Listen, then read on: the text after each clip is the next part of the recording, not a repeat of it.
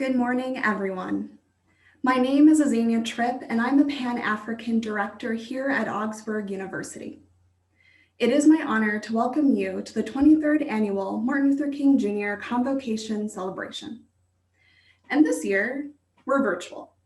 So thank you for being here on Zoom today. I will start out with a land acknowledgement statement. We acknowledge that we are here on Indigenous land.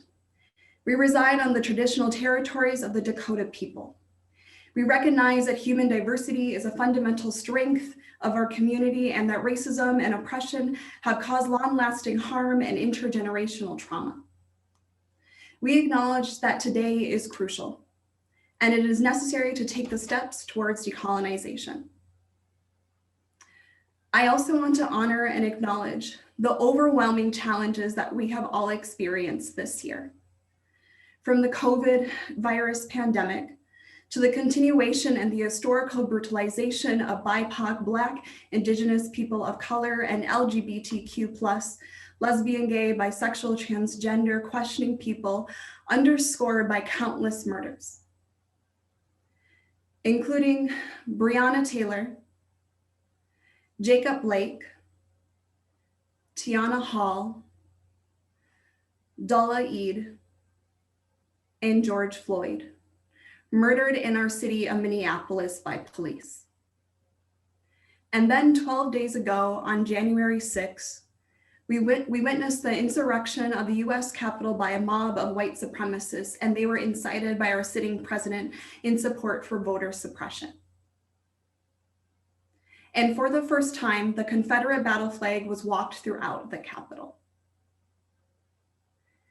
And today is Monday, January 18th, and we are here to celebrate Martin Luther King Jr.'s life and legacy and pay tribute to his social justice work. And we are here to continue the path that he forged to understand the injustices everywhere. So we are here today to share our stories, our art, our activism, and the lifelong journey of healing. So first, we will all warm up with a performance by our student group, Afro Dynamics. Feel free to move with the music. Thank you.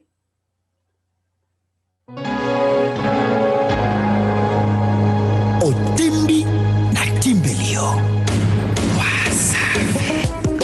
Yumba no kakats. Enough. Soba no kakats. Lana no kakats. Jizo. Otele mino na kwe. Osali no lokote. Otogi no kutute. Na pete kaka bongo. Yo beba pesa ya. Yo beba pesa ya. Cleopatra Mukula. Ase otele mino na kwe. Osali no lokote. Na motoki ya chibude. Wataka ule wewe. Yo beba pesa yo. Les pacificateurs jusqu'au bout, Vital Kameni. Yuma no gagat, Zoba no gagat, Yuma no gagat, Zoba no gagat. Pesa kote shimale, pesa na, pesa kote shimale. Eba ma Jesu ni wo, pesa kote shimale. Pesa na, pesa kote shimale. Shimale, pesa kote shimale. Pesa na, pesa kote shimale.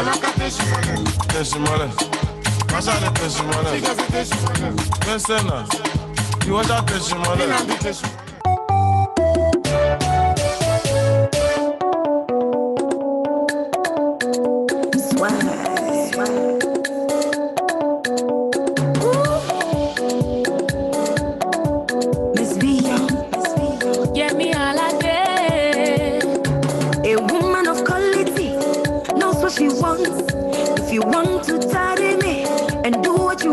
Then hurry, hurry, come carry your baby, go. Come and see my mother, my mother.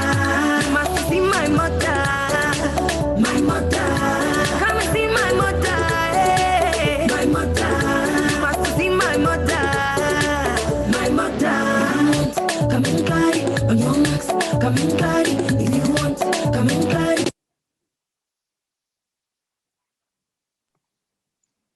Good morning, everybody. My name is Berlin B. Tango. My pronouns are she, her, hers, and I am the student body president.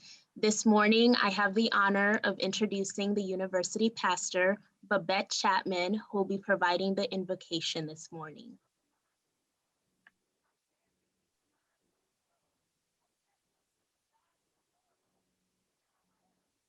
Good morning.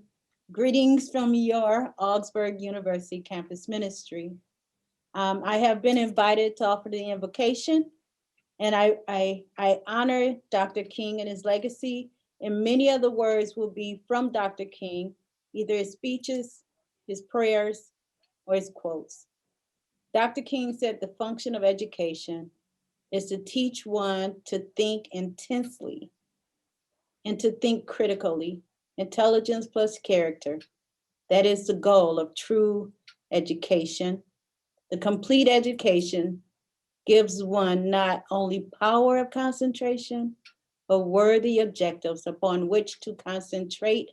Let us enter into a time of prayer to invite the presence of God. Mothering God, Father, Son, and Holy Spirit, we gather in the spirit of justice and equality. We gather in the spirit of love. We gather in the holy imagination of art in all its forms as activism and healing. Mother and God, we thank you for the fact that you have inspired humanity in all nations and in all cultures. We call you different names. Some call you Allah, some call you Elohim, some call you Jehovah, some call you Brahma, some call you the unmoved mover. But we know that these are all names for one and the same God. Grant that we will follow you and become so committed to your way and your kingdom that we will be able to establish in our lives and in this world a siblinghood, that we will be able to establish here a kingdom of understanding where all humanity will live together, all siblings, and respect the dignity and worth of every human being. Still in us, the audacity to believe that peoples everywhere can have 3 meals a day for their bodies, education, and culture for their minds, and dignity, equality, and freedom for their spirits. It's in the name and the spirit of Jesus we pray. Amen and amen. I would like to now introduce Tisha, who will announce our next presentation. Hello, I am Tisha. My pronouns is she, her, hers. I am a first year and a Pan-African Fellow.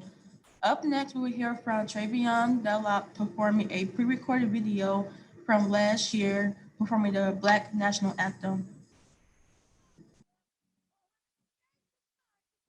Lift every voice and sing till earth and heaven ring. Ring with the harmonies of liberty. Let our rejoicing rise high as the listening skies. Let it resound loud as the rolling sea. 2, 3, 4. Sing a song full of the faith that the dark past has taught us. Sing a song full of the hope that the present has brought us. Facing the rising sun of a new day begun. Let us march on till victory is won.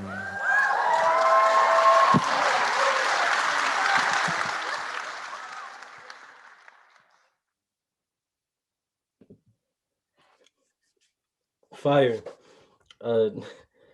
Hey everyone, Uh, my name is Terrence Shamley Jr.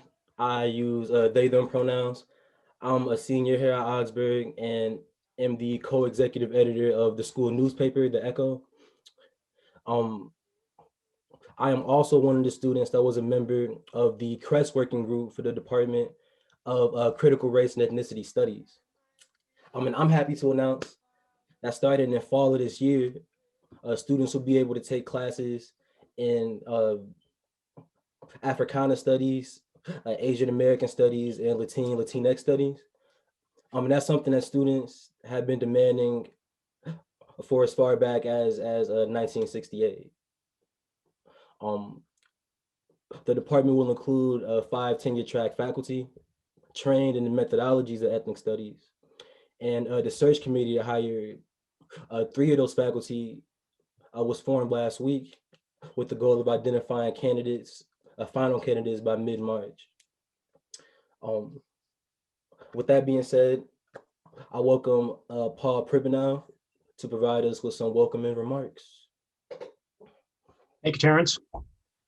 Good morning, everybody, and welcome to this annual celebration of the life and work of the Reverend Dr. Martin Luther King Jr., an occasion each year when we, Augsburg community and our friends from the wider community, renew our personal and community commitments to living up to Dr. King's call for peace and justice.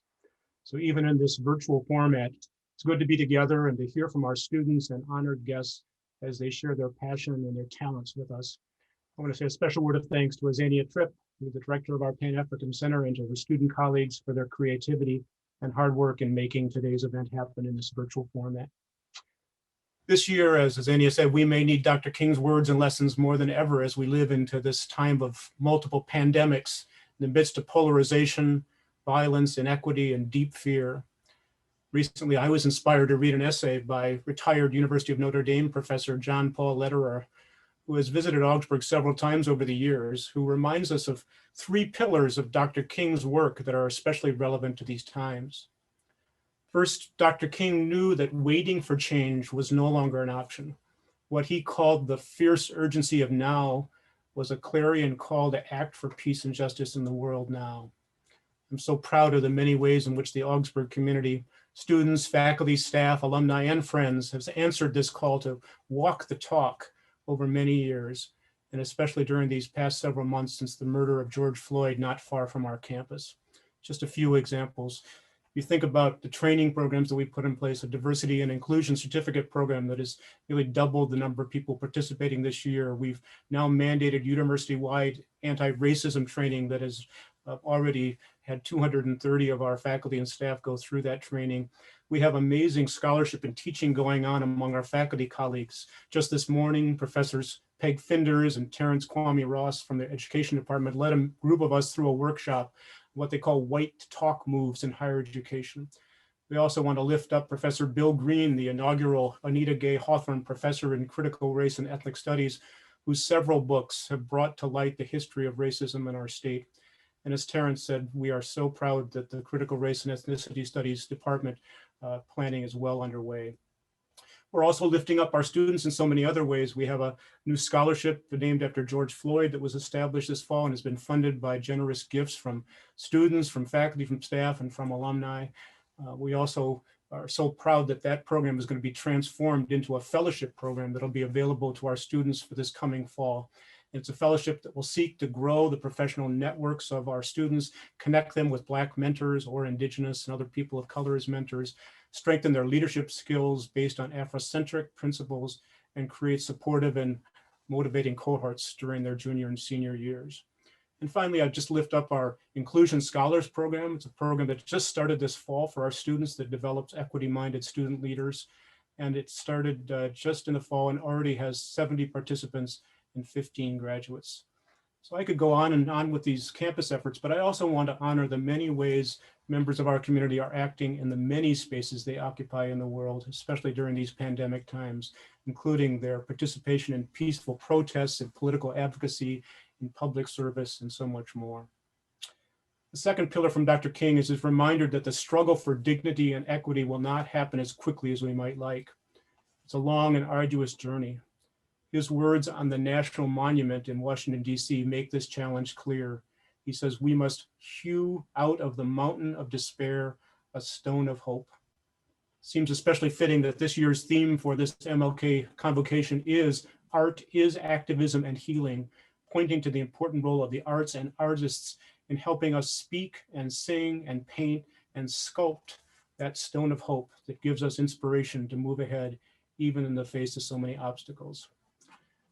And the final pillar from Dr. King is his steadfast belief in nonviolence and the fact that we need each other to do this work, especially in these days when violence swirls all around us, even in the sacred halls of Congress. We are reminded that, as Dr. King said, darkness cannot drive out darkness. Only light can do that. Hate cannot drive out hate. Only love can do that. Amen to that. It's good to be with you on this important day and in this important and urgent work. Stay strong, my friends. Awesome. Thank you, President Perbanel, for those remarks. Good morning, everybody. My name is Zachary Abdullahi. I'm the president for the Pan-African Student Union, also known as PASU, and I use he, him, his pronouns. And on behalf of PASU and myself, I would like to welcome all students, staff, faculty, alumni, and community members joining us today. I would also like to pay homage to all the students of African descent who paved the way for those of us currently on this campus. Today, I have the honor of introducing this year's keynote speaker, Justin Tolliver. Justin is a Black, queer, and gender nonconforming facilitator, trainer, educator, organizer, and abolitionist who until very recently was serving as the assistant director of Gender and Sexuality Center for Queer and Trans Life at the University of Minnesota, Twin Cities. Justin is now the lead membership and base building organizer at Black Visions Collective. Black Visions Collective is a Black-led queer and trans-centering organization whose mission is to organize powerful, connected Black communities and dismantle systems of violence. Justin completed their Bachelor's of Science from Central Michigan University and received their Master's of Arts in Student Affairs Administration in Higher Education from Bell State University. Justin deeply believes in the power of community and approaches all aspects of their work from a human-centered, imagination-driven, and Black queer feminist lens. So please welcome Justin on this virtual stage. Good morning, everyone. It is truly an honor to share virtual space with each of you on this special day. Thank you to the Pan-African Center at Augsburg University for inviting me here today.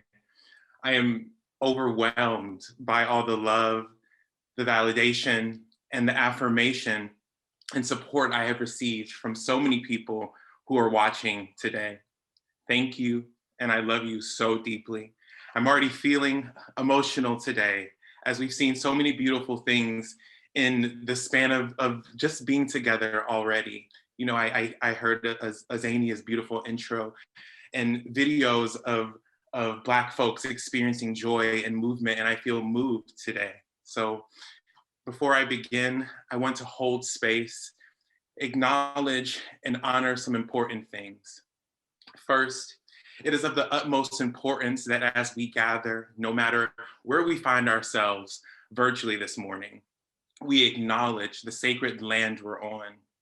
It is because of genocide, of colonization, and more systems at play that we find ourselves here today. I know that words are not enough. Collectively, we must join hand in hand to cultivate action and support the indigenous folks of this land. In Minnesota, we know there is work happening as we speak in this very moment. I also want to acknowledge my ancestors, and I can, you know, before I started, I asked that they would guide me today and they would allow me to speak my truth. And I feel them all around me, which I'm so grateful for. And I mean acknowledging all of my ancestors, for without their struggle and their resistance, I would not be here today. I ask for healing for their souls, hope for their hearts, and affirmation that their work will continue. My friends, we are living in challenging times. We often do not have the space to talk about it. It often feels like we should just buckle down and proceed as normal. There is nothing normal about where we find ourselves right now. I want to thank you for showing up today, you know, even just getting out of bed and going about your routine can feel like the weight of the world, right? In these current times. And so I just want to acknowledge that maybe you're really tired of Zoom. Maybe you've been on Zoom all week, and you start your week again on Zoom. And so thank you for being here. Thank you for showing up, and thank you for coming with open minds and open hearts.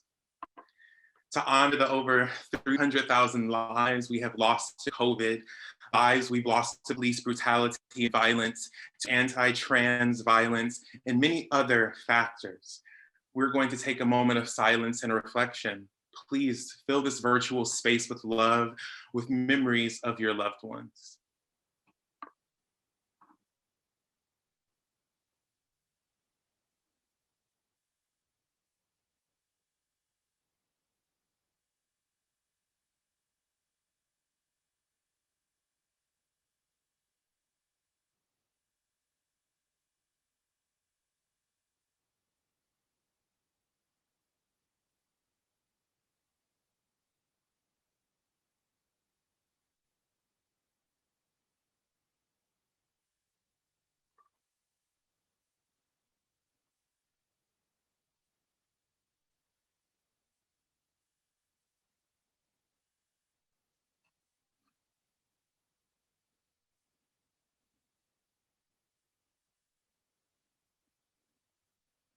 Thank you. Today, we celebrate the life and the work of Reverend Dr. Martin Luther King Jr. MLK Day has always had a special place in my heart. When I was young, I remember not having the day off from school. My mother was never the type of person to let us miss school. No matter if I was sick, if I wasn't feeling it, we were in the schoolhouse. But MLK Day was different. I remember her taking the time to explain why we needed to observe the day, why it was disappointing to her that my newly majority white school did not give us the day off. When I went off to college at Central Michigan University in 2011 is when I started to truly think deeper about this day and what it has meant for me and for my people. At that time, I was really starting to come into my own understanding of systemic racism, oppression, power, and privilege. My alma mater would host the most gorgeous Martin Luther King brunch where folks from all over would gather and break bread together. I sang in an a cappella group who would always have a reserved table towards the front of the room. When I was asked to speak today, I couldn't help but think of all the speeches, all the words I heard over the years at that event. It is truly a full circle moment for me to be here with you today. My hope is to give voice to the things I've always wanted to hear at a MLK Day celebration. So today, I want to talk about the simple idea of imagination. Imagination is the foundation of art and activism. In the last year or so, I have been inspired by the idea of imagination. As I've aged, this is not necessary. Sorry, when I was young, I spent so much quality time with my imagination. As I've aged, this has not necessarily been the case. When is the last time that you spent time with your imagination?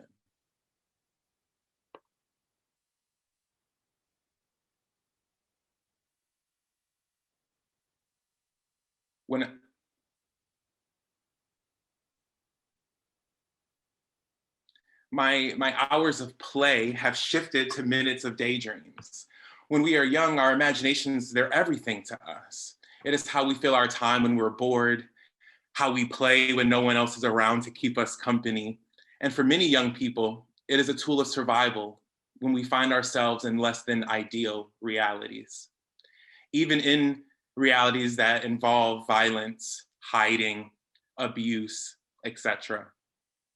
As I reflect on it, some of my most salient and authentic moments with my identity were sparked through imagination. For example, some of the first times I ever experienced the power of allowing myself to express my femininity were when I was young, in my room with the door closed. T-shirt on my head, singing along to the finale of Sister Act 2. Now we know Sister Act 2 is everything, definitely the best one. Me standing there in awe of the magic that is Lauryn Hill. Even my connection to a higher power was sparked through imagination. As a young closeted queer person in Christian spaces, it is rare that you see your truth reflected back to you. I learned from very early on that to have a relationship I desired with God, I would have to imagine it as possible, even when folks twisted words to tell me that it was not.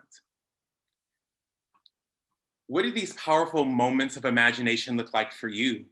What could they even look like today as a young adult, or wherever you are at in your life journey? What could these look like for you? What were those moments? As we grow, we receive messages that tell us we no longer need our imaginations. Imagination suddenly becomes non-essential. Maybe you're familiar with the Corinthians passage that says, when I was a child, I spoke as a child. I understood as a child. I thought as a child. But when I became a man, I put away childish things. Why do we view imagination as a childish pastime? Why do we deeply believe that children have nothing significant to offer the world? I want to uplift today that I believe reestablishing a relationship with our imaginations can and will shift the world around us. Alok Vaid-Menon, a gender nonconforming writer and performance artist, said this: "It can feel very isolating and lonely whenever you have an incredible vision of a world that does not exist right now. Most creatives that we admire posthumously when they were making work were not receiving their roses. But they were committed to living beyond the boundaries of their life, which meant that their work was a way of saying that my vitality will surpass my death." This quote powerfully speaks to a lot of things. Here's 3 things that I want to uplift about the quote. Give folks their roses, love them now, listen to their ideas now, celebrate them now, acknowledge the historic work that they are doing in this very moment, and give yourself your roses too. 2, the sacred work of dismantling systems of oppression often goes beyond our lifetimes. And even though this can feel discouraging, it is a legacy that has been passed down from generation to generation, allowing us to learn from our ancestors and forge new paths towards liberation. 3, to truly be visionary means to value the imagination. Many folks cannot imagine realities outside of what exists right now. For me, I can see a world without prisons filled with Black, brown, and Indigenous trans bodies. I know a world in which Black trans women can walk down the street without fear of their lives is just beyond the horizon. I know a world is possible where Black women can sleep in their beds after a long shift at work without wondering if they will wake up the next day.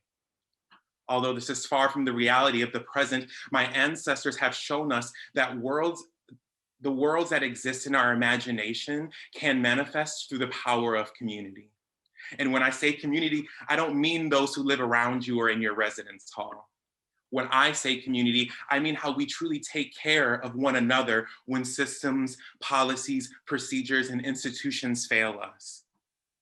The Black, Indigenous, and LGBTQ communities have shown us this time and time again. One of the most fitting examples of imagination-fueled leadership is Martin Luther King Jr. MLK was a visionary, specifically a radical visionary, although this is not often included in the narrative that we learn about him. I am here to say transparently that MLK was a radical. A lot of folks of all colors did not agree with MLK's ideologies. People during his life could simply not envision or wrap their head around a world in which Black folks had humanity, a world where Black people could even drink from the same water fountain. In many people's minds, we would never get to that place, and we should never get to that place. MLK had to be able to imagine his dream as reality. During a time where I could imagine that hope was in scarcity, where folks told him every day that what he imagined was silly, Although 2020 and 21 have transparently shown us that we have yet to reach that place. His dream continues to live on through the work of so many folks like the Black youth and community organizers in cities across the United States who put their bodies on the front line for Black lives. Folks like Stacey Abrams and my close family friend Simone Bell, who transformed the Black voter turnout in the state of Georgia. Folks like Lasaya Wade and Janice Mizrahi, who are working diligently in Chicago and Detroit to get Black trans women and people alive and safe in their own communities. Folks right here in Minneapolis, like the fierce Marcia Howard and every single volunteer who was holding down George Floyd Square to preserve it as a space for justice. Earlier, I spoke about that I wanted to give voice to the things that I wanted to hear on MLK Day, and here's what I want to center. When I hear about MLK, I often think about a collective community of committed radical visionaries. Once again, this is not the image that we're painted when we're young. I am grateful for Joyce Baugh, professor of the Civil Rights Movement at Central Michigan University, a class that changed my life. Through that course is when I learned about the visionary, unapologetic, and unrelenting leadership of Black women and Black LGBTQ people in the Civil Rights Movement. Many would even say the driving force behind the movement.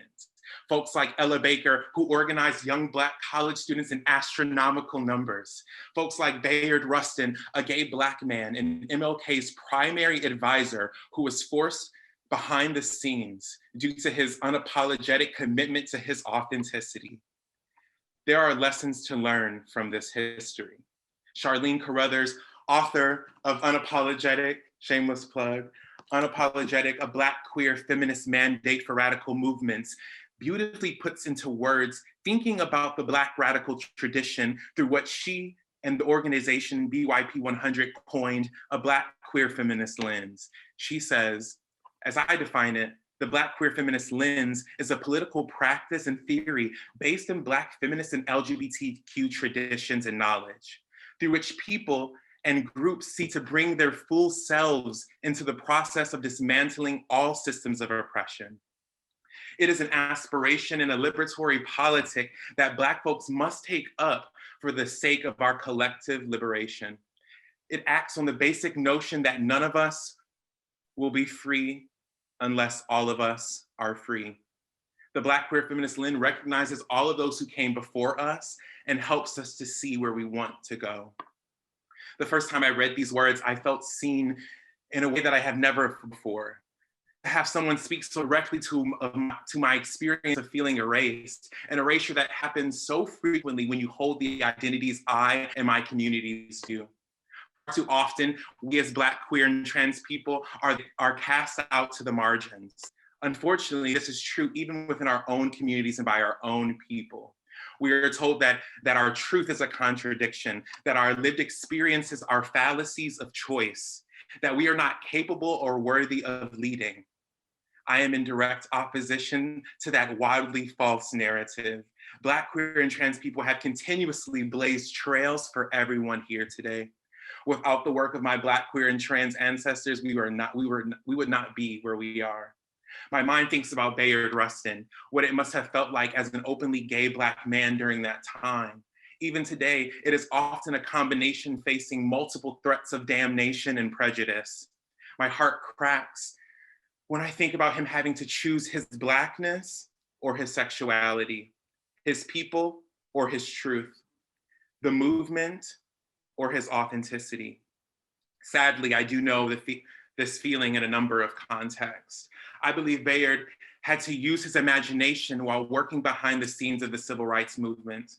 Simultaneously, he had to be able to imagine that one day all Black folks would be seen and treated as equal human beings, and openly gay Black folks and queer and trans Black folks could stand tall in their truth, that they would not have to work in the back of the house in silence, that folks one day would understand our fates are intertwined.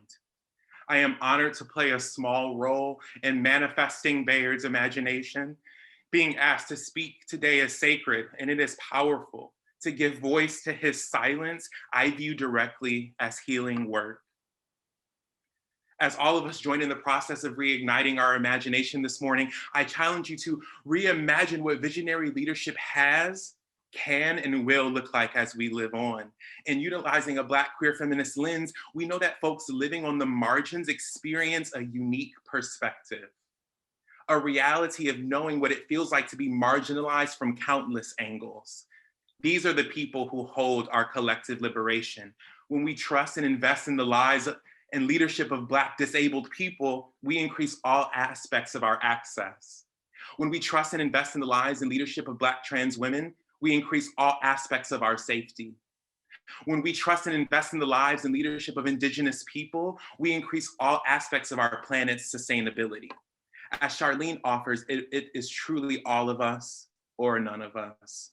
As I wrap up today, I want to bring us into the present. I started this morning by acknowledging the amplified and tragic times we find ourselves living in. Many of us have had to face some of the most tragic moments of our lives in the span of a year. My own family continues to navigate how we heal from losing my father to COVID-19. In reality, to COVID-19 and systemic racism, but that's a different keynote address. In my own healing process, I have had to tap into my imagination many times during 2020, and I believe you have too. So many of us are finding ways to be okay each and every day, imagining a future in which we don't need masks to see our loved ones, a future where we can enjoy a holiday wherever we'd like to spend it. For me, tapping into my imagination is how I make it from one day to the next. That is not silly nor childish. It is real, and it is survival. And even though the reality feels not close enough, we continue to imagine. For us to make it to that glorious day, we have to first be able to imagine it. To anyone who is listening today who woke up unsure if they can make it to another day, I see you. I hear you. And trust me when I say you are not alone. Even in the darkest of times, we have our imagination, our personal time machine to instantly transport us to better days of the past and the future. Alongside our imaginations, our communities, alongside our imaginations are our communities, our people. Although it feels like we don't have direct access like we used to, they are still here. It is in intense moments of challenge, isolation, loss, that I am reminded of the power that lives within community. Call those people, join those Zoom calls. I am not the person who loves hopping on a Zoom call for non-work related things, but join those Zoom calls. Try out that support group you've been thinking about joining. Download that app you've been thinking about trying. If you're looking for deeper community, keep searching. Do not give up. It is out there, and it may even come from the very last place you expect. Finally, I have heard this day described as a day on and not a day off for a very long time. In 2021, we know that this is more necessary than ever before. There is work to be done, and the timer has already begun. I encourage each and every one of you to get involved in your communities. Yes, and I mean in your own neighborhoods, with your own neighbors. Imagine and dream together. Can you see the transformation that is possible when we not only join together physically, but mentally, emotionally, cognitively, and spiritually? What could community safety look like without having to dial 911? What could locally grown food and reducing food insecurity in your neighborhood and communities look like? For something to become possible, you must first be able to imagine it as so. Black folks have a long and beautiful history of imagination-driven action. Thank you to my ancestors like Reverend Dr. Martin Luther King Jr. Thank you to the Black ones, to the queer ones, and importantly, the Black queer ones. I thank them for never giving up, for never stopping imagining realities outside of the ones that they lived through. The work continues, my friends, and we have all the tools that we need, including the ones that we will continue to imagine and build together. Thank you so much. Thank you, Justin. That was very powerful. Thank you. Hello, you guys. I am James Woods. My pronouns are he, him, his. I'm a student athlete and a member of Distinguished Gentlemen of Color and Multicultural Student Services Center in the LGBTQ department. I'll be facilitating the Q&A portion.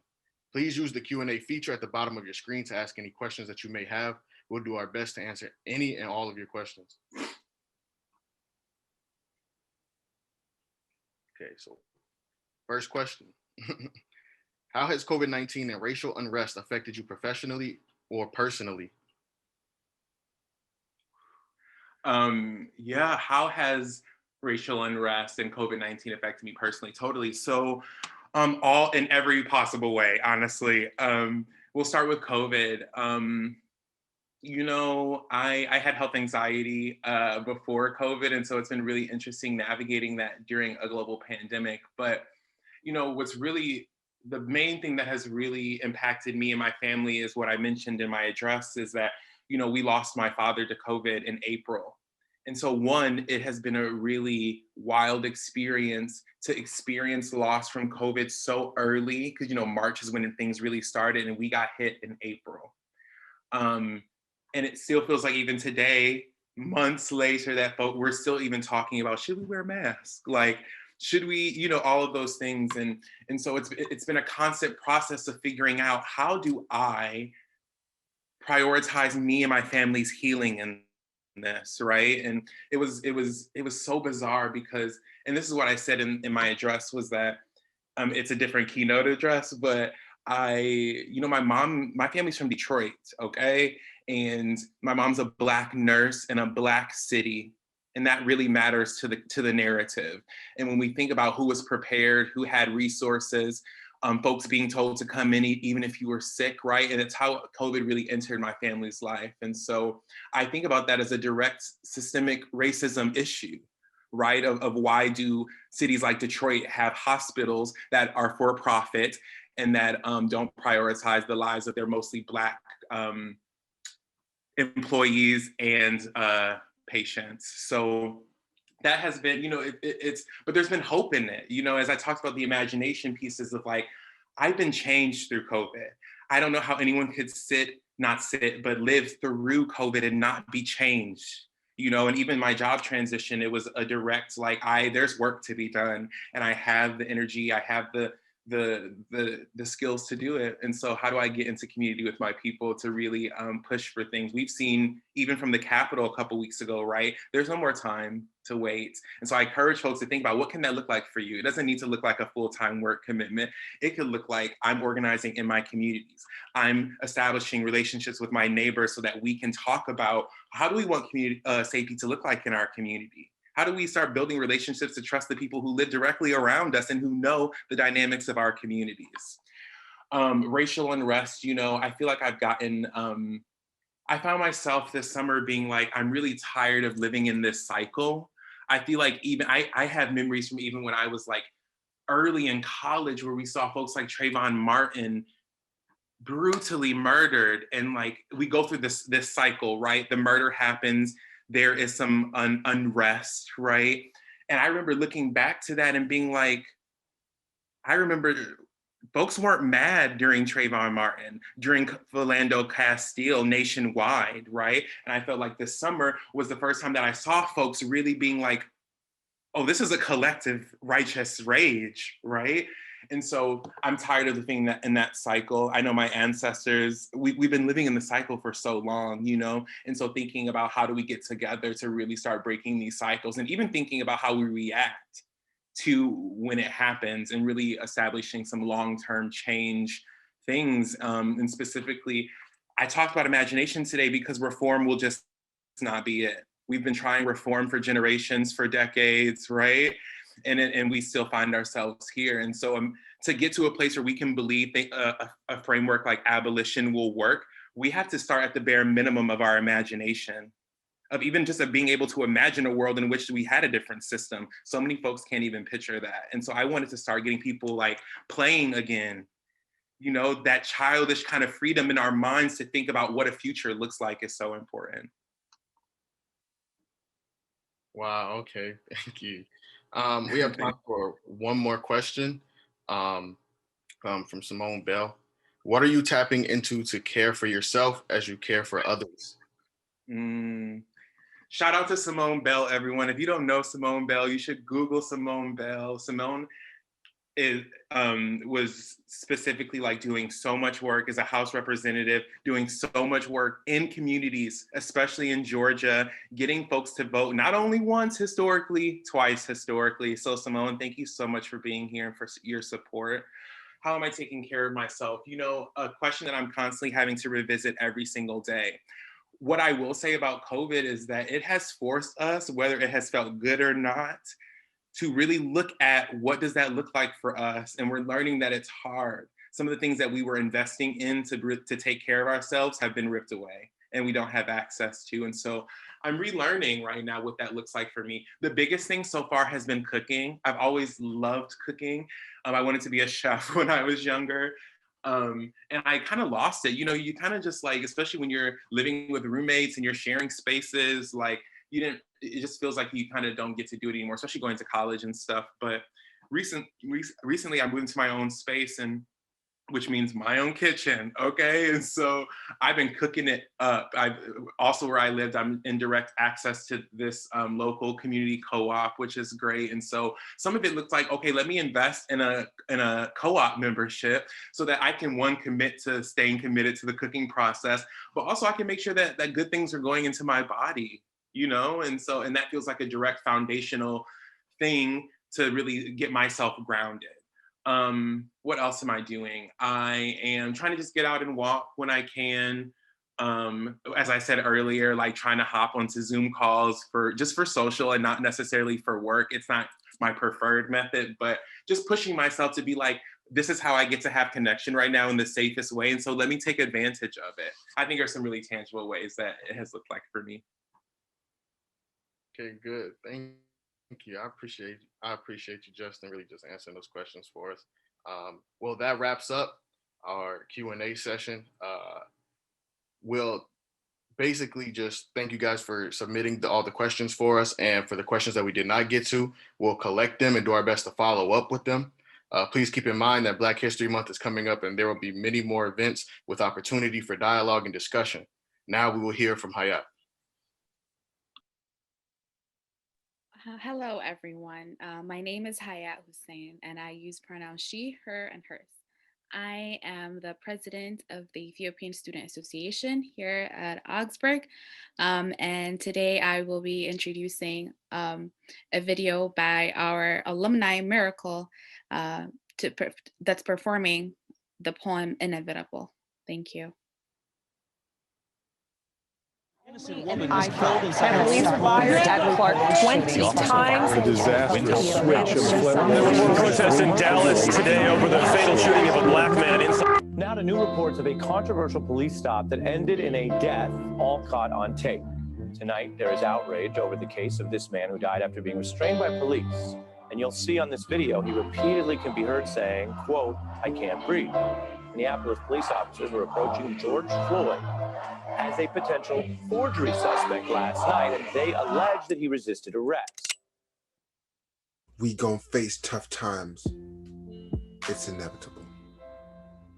You can't say I ain't tried. Not disreputable. They won't pay us fines. They won't jail us time. It's like layup lines. It's executable. What they put that water in. When that new world order's in. Killing is a sin, but I see my people slaughtering. We just want to win, get a rose to put my daughter in. Kill me for my skin, and I guess that I'm a martyr then. See, I didn't say a word when they took on my bros, and I didn't use my voice when I shook all the shows. But now my eyes are open, so it's time to expose. I weave it in my songs with the finest of flows. We gon' face tough times, it's inevitable. You can't say I ain't tried, not disreputable. They won't pay us fines, they won't jail us time. It's like layup lines, it's executable. Rest in peace to Marty, he be staying litty. Never caught a body, but yeah, he be getting busy. And rest in peace to George Floyd. No, I didn't know the boy, but it's on my block, on Chicago, not no Illinois. People, they can hear my voice. Police gonna feel the noise. Make me wear a mask, they stop the truth, they keep on spreading lies. And that's why I be in disguise, waiting till the time is right. love will conquer all, the wicked fall, and all our soldiers rise. I can't wear a hoodie. I can't even run. I can't have no kids because of dear my future son. I just got my degree. Thought I would be free. They said it was the key, but I can't even breathe. See, I'm asking all my leaders, is it chaos or community? Love is so forgiving, even if they make a fool of me. I can act surprised, but listen, this ain't nothing new to me. I've got to make it right. I'm in the land of opportunity. So then, what to do? I let go of my iPhone because I'm 22 like Clark. The waterways try to drown me, so I had to hop on the ark. Got 4 degrees, my mom proud of me because I graduated, I'm smart. You can't win if you don't start. Black man light in the dark. Got the whole city up in flames now because they got the front in our neck. It was 2020 driving with a semi, but the people bridge is not wrecked. We in Mini-App, put it on the map, and you know we banging our set. That kingdom culture I rep, that's family over a check. You can't stop love, it's so patient, it's so powerful and so ancient. Love never fails with its payment, so be steadfast with your station. When you stand strong, it's a statement from every tribe, every nation. Got the breath of life, so don't waste it. Let your voice is all of creation. It's a time to action formation. Gotta stand the test of tribulation. You can read it up in Revelation. Be the salt in every situation. Be the salt right where you stand. Not Lot's wife, but like Dan. Make sure you like the race that you ran. Like Drake said, God's plan.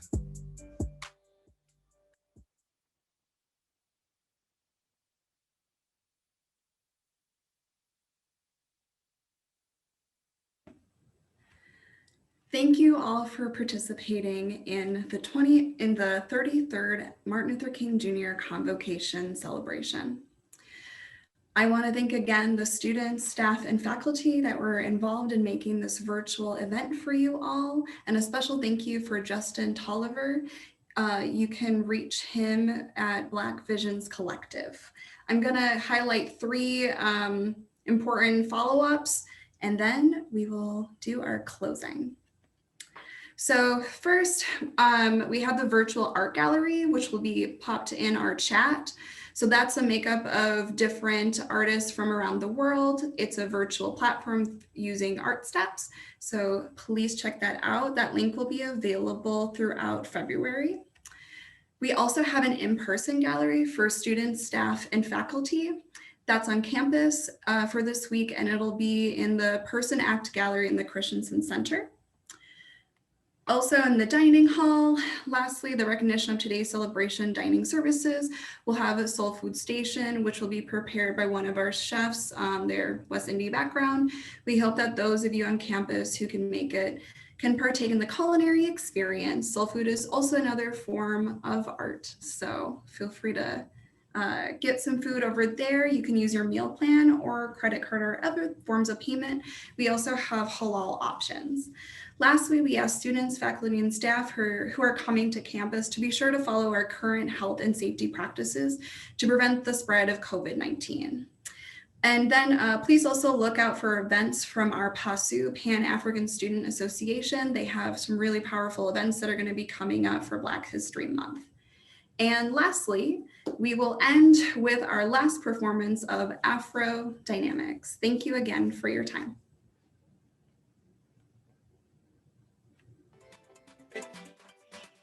She told me she loves me, my music, I'm dancing, attitude, she's feeling my swagger, never seen. She tells me she loves me, my music, I'm dancing, attitude, she's feeling my swagger, never seen. I tell her, go down low, jump on me. I tell her, go down low, jump on me. Na na na, na na na, na na na.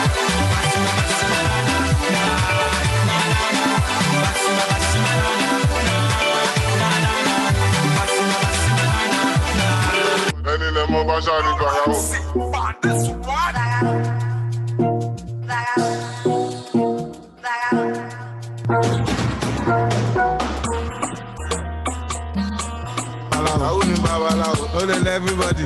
Ẹni lẹ mọ bá ṣáni gbàrà o. Ó fẹ́ ṣe kà fún mi. Mo lógún mo ní Kúránì. Mo lè ṣàdúrà mi. Bí ṣe ṣàdúrà mi, Alan gbàdúrà mi. Àti lọ àti dé.